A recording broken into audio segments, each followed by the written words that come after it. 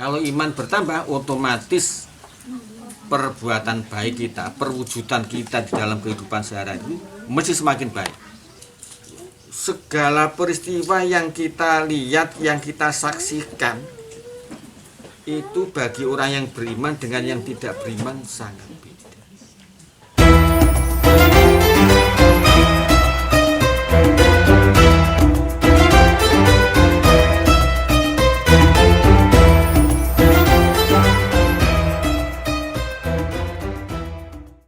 Bapak Ibu yang saya hormati, pada pagi hari ini saya sampaikan pesan Rasulullah yang ini perlu kita cermati. Al-imanu yazidu wa yanqus. Pesan ini menunjukkan kepada kita agar supaya kita itu selalu berhati-hati di dalam memelihara iman. Karena yang namanya nikmatnya iman itu tidak bisa diukur dengan sebuah kata-kata. Jadi nikmat yang paling tinggi yang dianugerahkan oleh Allah kepada kita itu ya nikmat iman.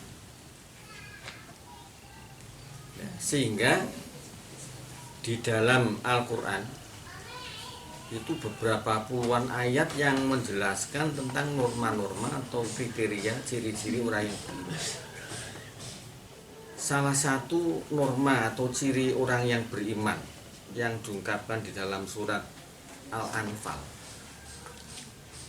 Bunyinya ayat kalau tidak salah, Bismillahirrahmanirrahim. Innamal mu'minuna alladzina idza dzukirallahu wajilat qulubuhum wa idza tuliyat alaihim ayatuhu zadathum imana wa ala rabbihim yatawakkalun.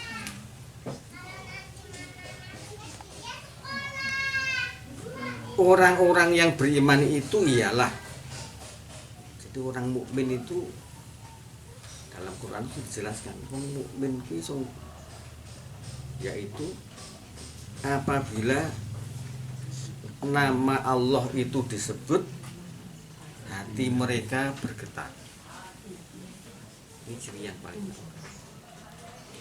Dan itu ayat yang kedua dari surat Al-Anfal, dan judul rukuknya itu perang kebenaran, perang Badar, mempertahankan kebenaran. Jadi kita bayangkan ketika Rasulullah SAW mendapatkan wahyu tentang ayat diperbolehkan perang, kira-kira itu tahun 624 Masehi, bulannya bulan puasa.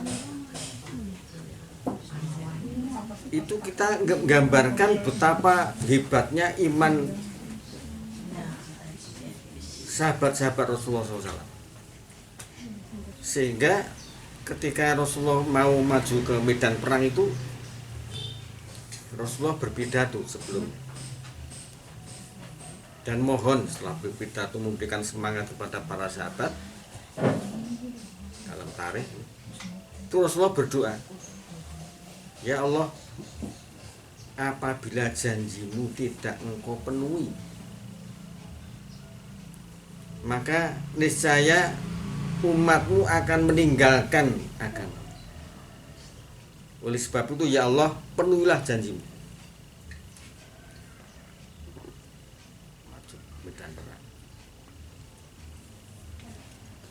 Sehingga ayat yang kedua itu dijelaskan, salah satu cirinya orang yang mukmin itu adalah bila mana asma Allah disebutkan, hatinya bergetar, bersemangat.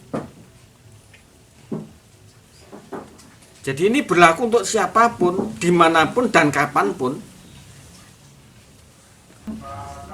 Contoh yang kecil saja, misalnya waktu sholat ya sudah dikumandangkan, itu hatinya orang yang beriman dengan hatinya orang yang biasa ya sangat beda.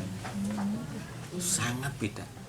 Keterpanggilan untuk menjalankan sholat bagi orang yang beriman itu sangat besar. salah satu sih. Ya demikian juga pada saat Rasulullah mendapat wahyu untuk diperbolehkan perang ketika kamu diusir, diinjak-injak hakmu.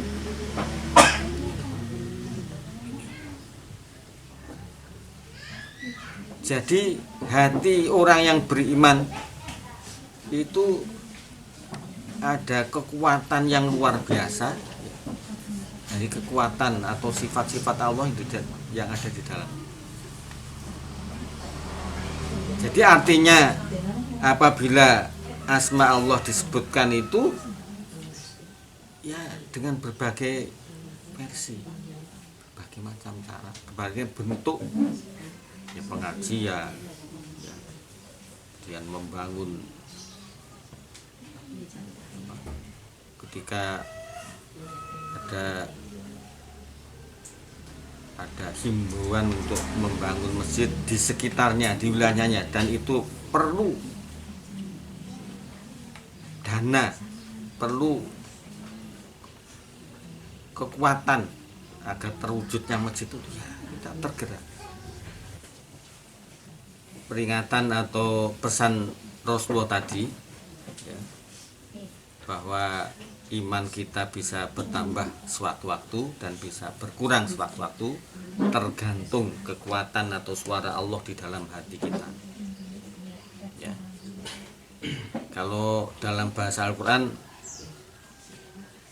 sibghut Allah, mewarnai sifat-sifat Allah yang di dalam hati kita ya. Semakin banyak diri kita mencelupkan sifat-sifat Allah yang terdalam dalam kehidupan kita sehari-hari, insya Allah iman kita seperti walaupun kita tidak bertemu dengan Rasulullah. Maka Rasulullah pernah bersabda itu bahwa umatnya yang tidak, manusia yang tidak pernah bertemu dengan beliau, tapi mereka beriman kepada Allah dan Rasulnya, berbahagialah dia.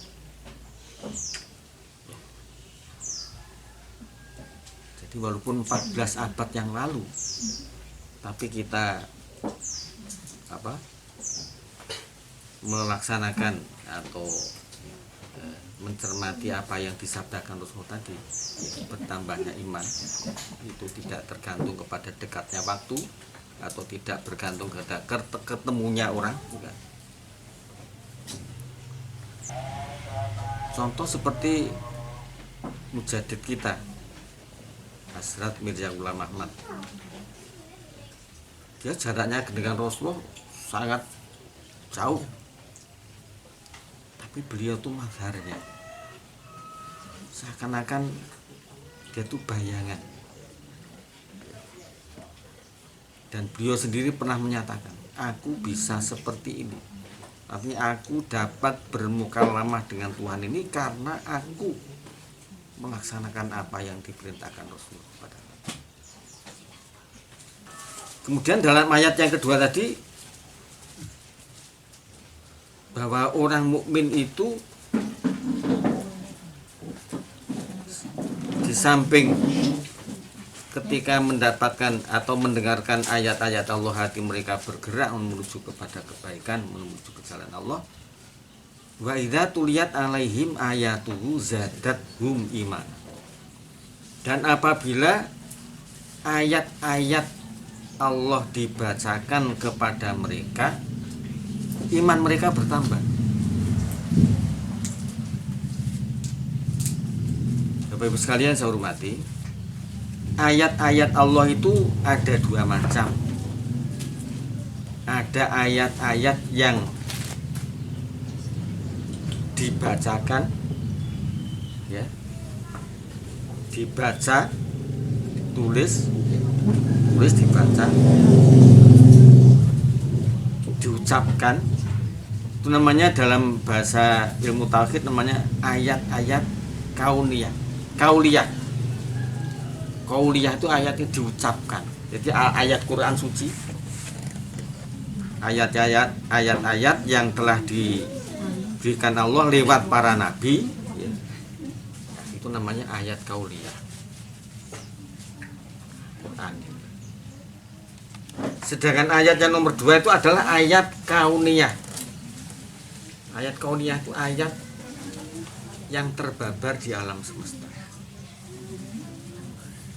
Jadi salah satu ciri orang mukmin yang nomor 2 di dalam ayat yang saya bacakan tadi, apabila diingatkan, dibacakan, dengar, dibacakan, iman mereka bertambah. Jadi intinya kalau kita pengajian seperti ini, pengajian itu kan membaca ayat-ayat Allah. Yang namanya pengajian itu membahas ayat Allah, bukan dongeng.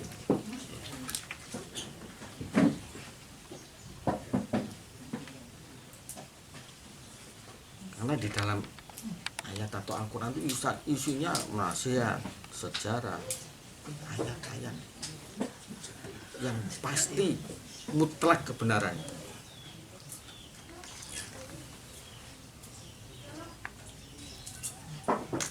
Jadi kalau kita membaca ayat-ayat Allah kok iman kita tidak bertambah,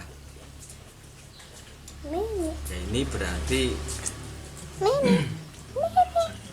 kekuatan suara, kekuatan nama Allah yang ada di dalam hati kita itu kurang, setrumnya kurang. Maka yang pertama tadi kan apabila mendengar ayat-ayat Allah itu, mendengar nama Allah itu, hati mereka harus bergerak. Sekarang ayatnya.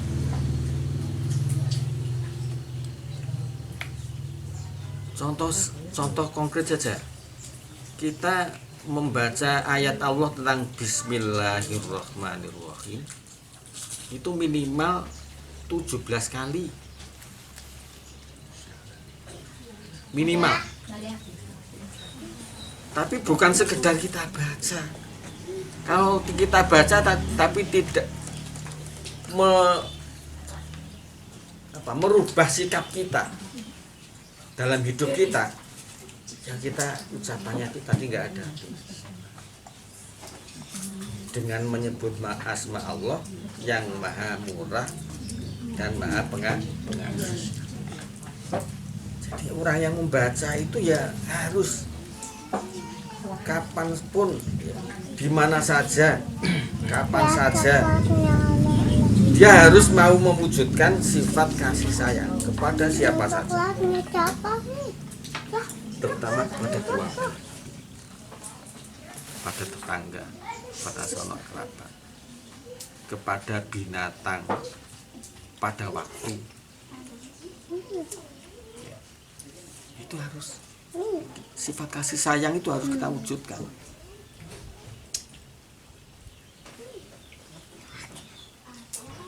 Jadi sebenarnya sholat kita menghadap kepada Allah, ya, yang dengan kita ucapkan, ya, dengan lisan itu ya harus mampu wujudkan kita kasih sayang.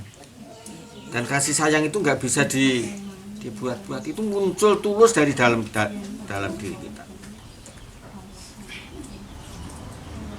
Ya ada orang yang sholat mengucapkan basmalah, tapi ketika saudara minta tolong,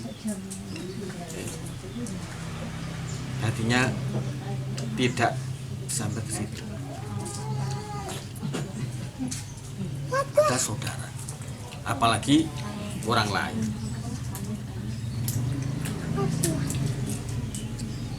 Ini Bapak Ibu sekalian. Sehingga kita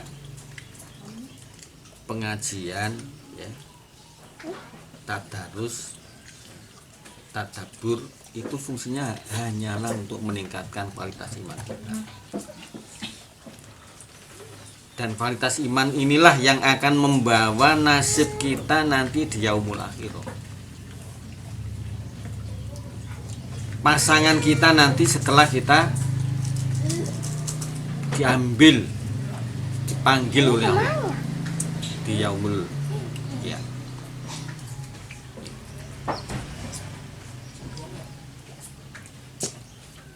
Jadi dengan adanya pengajian ini harapan kita tuh iman kita harus bertambah. Kalau iman bertambah, otomatis perbuatan baik kita, perwujudan kita di dalam kehidupan sehari-hari ini mesti semakin baik.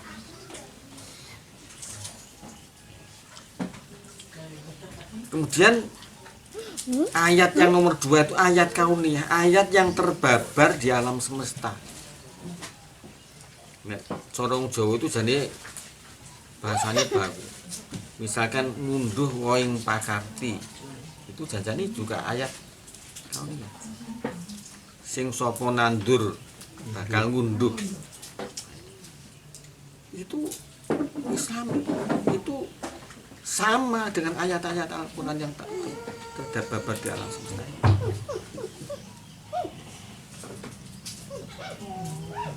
Kemudian kalau kita bersermin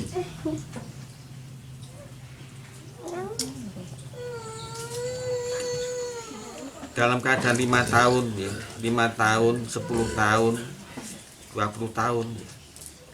Jadi kita itu kalau bercermin ini kita dari wajah kita sendiri itu sebenarnya kita loh, ya Allah ternyata saya sudah semakin tua ya.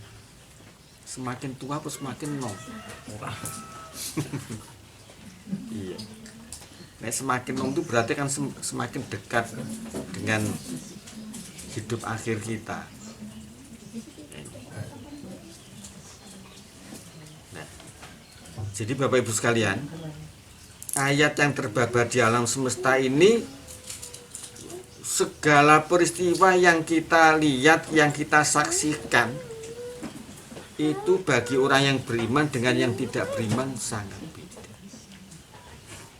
Ya seperti kita alami zaman sekarang kan virus, Allah menciptakan makhluknya yang begitu lembut, begitu kecil. Kalau dilihat dengan mata nggak bisa kita lihat, tapi menghebohkan dunia. Seluruh manusia di seluruh penjuru dunia geger karena COVID. Nah, ini sebenarnya ya ujian Allah kepada orang yang beriman. Siapa yang beriman, siapa yang cuek, siapa orang yang kafir. Tapi kalau orang yang beriman selalu husnudzon kepada Allah Subhanahu wa taala. Husnudzon itu berbaik sangka kepada Allah. Padahal kalau orang yang beriman dengan sabar hati mendapatkan ujian dari Allah Subhanahu wa taala, dia walaupun kena COVID, insya Allah dia syahid. Menurut Rasulullah itu mati syahid bagi orang yang kena wabah karena dia dengan sabar atau husnudzon pada Allah. Syahid. Nah, ini bedanya orang yang beriman dengan yang tidak beriman. Maka Bapak Ibu sekalian, kita mohon kepada Allah selalu supaya selalu dikuatkan atau disempurnakan iman kita oleh Allah Subhanahu wa taala. Di dalam surat apa itu? Ya Allah, sempurnakanlah imanku.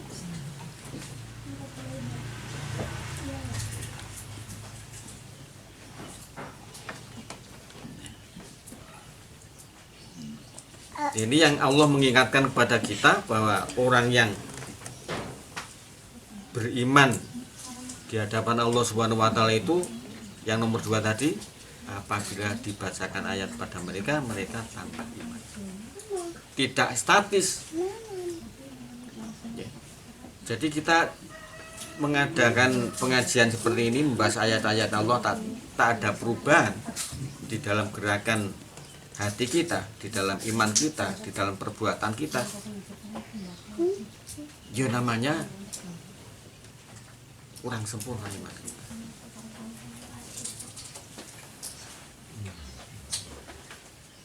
Jadi yang nomor 2. Terus yang nomor 3, wa ala rabbihim yatawakkalun. dan mereka bertawakal kepada Allah. Tawakal itu apa toh?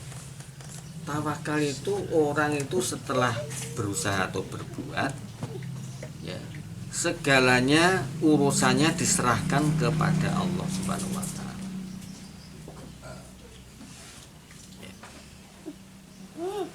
Ya, salah satu contoh misalnya orang sakit, ya, kena COVID, ya harus berikhtiar, harus berusaha bagaimana supaya penyakit ini tidak menular kepada orang lain, dan bagaimana supaya COVID yang ada di dalam tubuh itu sembuh. Harus berusaha. Demikian juga misalnya kita dalam kesulitan ekonomi, karena Allah mengatur atau memberikan rezeki kepada manusia itu tidak sama, ya. Tergantung siapa yang menjemput rezeki, ya. Itu sama dengan Allah mempunyai sifat Rahman dan Rahim. Rahimiyah Tuhan itu akan diberikan kepada orang yang mau berbuat. Ya, demikian juga orang yang akan mendapatkan rezeki dari Allah itu ya yang berbuat, yang mencari rezeki, yang menjemput rezeki. Setelah menjemput atau berusaha untuk mencari rezeki, kemampuan apa yang ia miliki, ya setelah itu tawakal. Tawakal itu husnudzon pada Allah Subhanahu wa taala. Jangan sampai orang mencari rezeki, ya, kemudian hatinya gundel menentang kepada sunatullah. Gini kayak salate ora rajin, aku salate rajin tapi rezekine umber kae. Iki jenenge suudzon karo Gusti Allah. Ya. Paribasane ndikte karo Gusti Allah. Ya wong senajan kae ora salah tapi kan sunatullahnya tuh. Hukumnya itu memang dia tuh memang mendapatkan rezeki yang banyak. Wong dia mempunyai sawah 2 hektar karo orang duwe sawah nggih beda.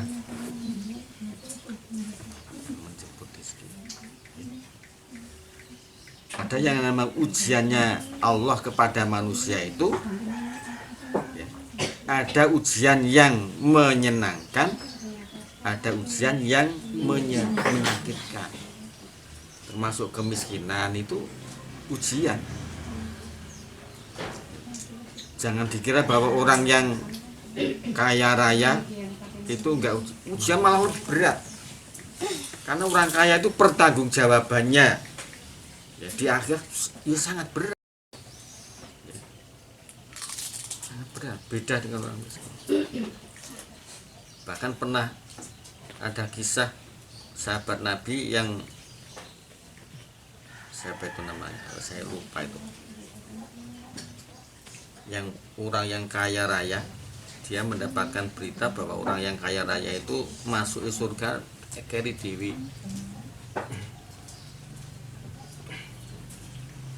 Yang mendengar dengan kata Rasulullah kalau orang kaya itu masuk ke surga keri dewi, maka dia pengen melarat. Yang biasanya kurmanya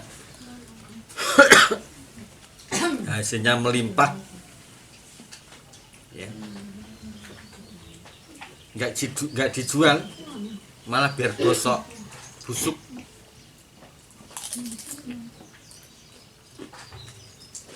Tapi karena Allah berkehendak dia itu kaya, ya, di daerah lain tuh ada kena penyakit yang obatnya itu hanya bisa disembuhkan dengan kurma busuk.